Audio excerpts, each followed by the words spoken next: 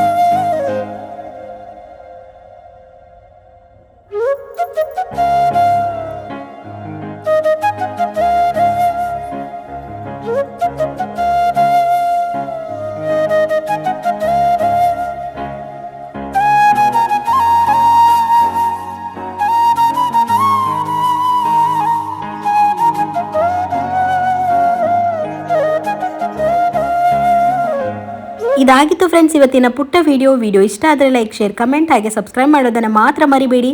ನಾಳೆ ಮತ್ತೊಂದು ಹೊಸ ವಿಡಿಯೋ ಜೊತೆ ಮತ್ತೆ ಸಿಗ್ತೀನಿ. ಅಂಟಿಲ್ ದೆನ್ ಟೇಕ್ ಕೇರ್, ಬಾಯ್.